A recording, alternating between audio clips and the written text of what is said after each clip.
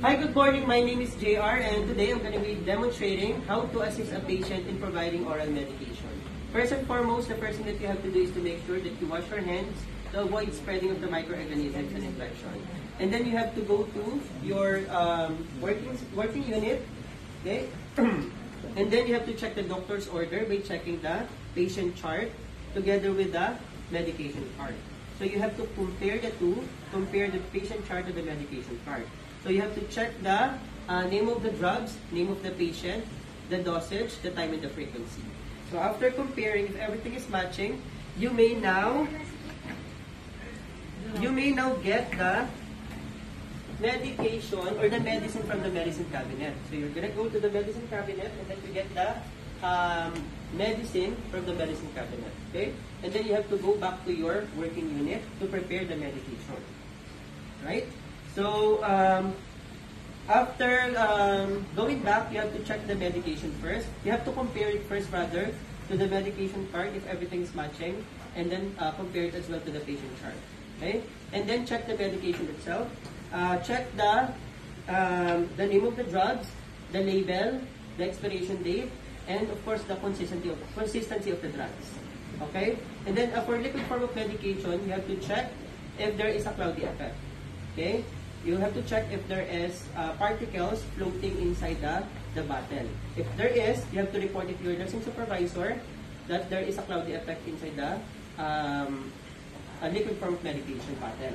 And then, immediately throw it in either sink or flush it immediately in the toilet bowl. Okay? For no one is going to be able to use the drugs anymore. Okay? Assuming that there's no cloudy effect, so we can use the drugs. So we have to shake it well, okay, for the particles, medicine content to be spreading inside the medicine bottle and to be equally distributed inside the bottle. Okay. So after shaking the bottle, open the cup, and then put the cup on the table in an upside down position to avoid contamination of the drugs. Okay. And again, we're gonna pour the exact calibration, exact dosage of the liquid form of medication into the calibrated cup. Okay, so we're gonna put it at the eye level for us to see it. Once we get the right calibration, okay, we have to put it on the medicine tray. And then, with the use of the cotton ball, we're gonna wipe the rim of the bottle. Okay, to avoid contamination.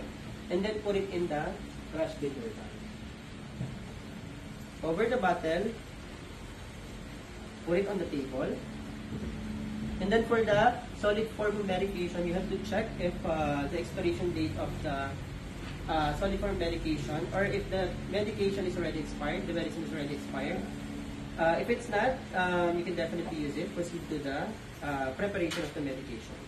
So get 1 tablet as prescribed by the doctor. Okay, make sure that you don't touch the tablet to avoid contamination. Put it in the medicine cup, and then put the medicine cup on the medicine tray.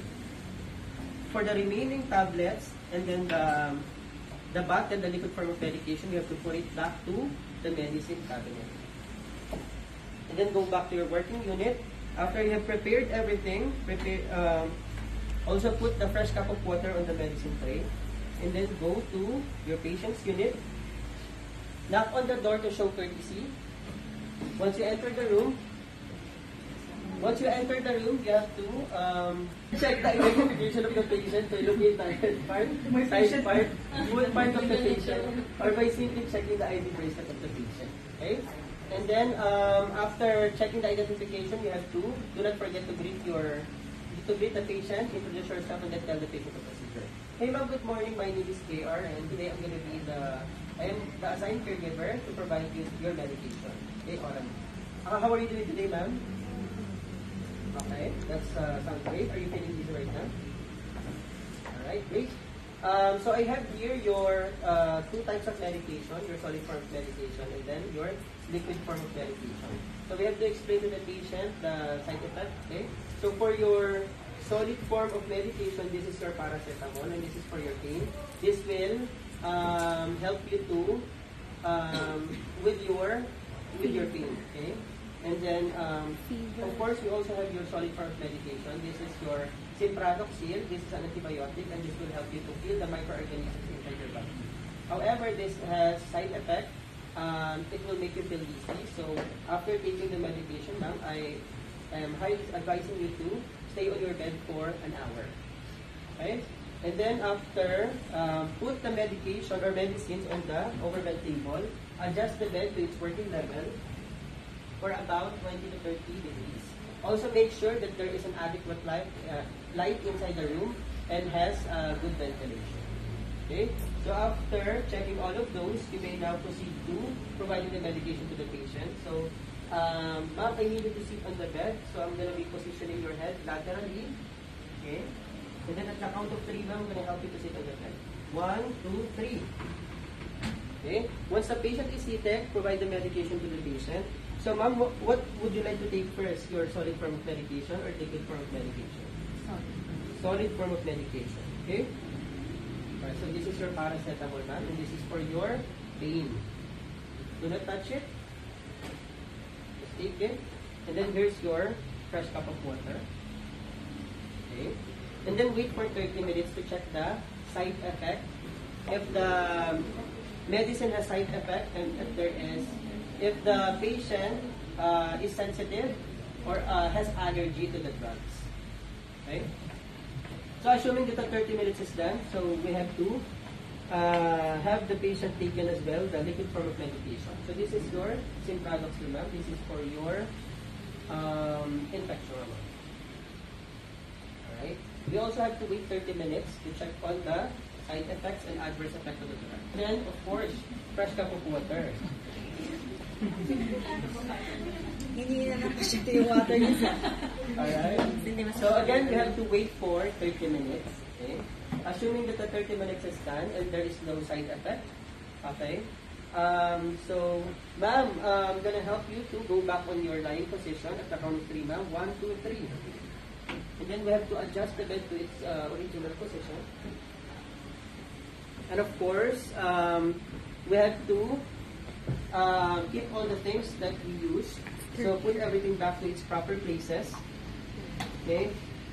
And then wash your hands to avoid spreading of the microorganisms and infection. And then you tell the patient that you're done with the procedure. Hey ma'am, thank you so much for your cooperation. We're done with your oral medication. Do you need anything else? Alright, if you need anything else, here's the bell. You can always ring it, and so we can assist you if you need any assistance. And then don't forget to go back to your working unit, report everything that you are done with your nursing supervisor or head nurse, and then that's it.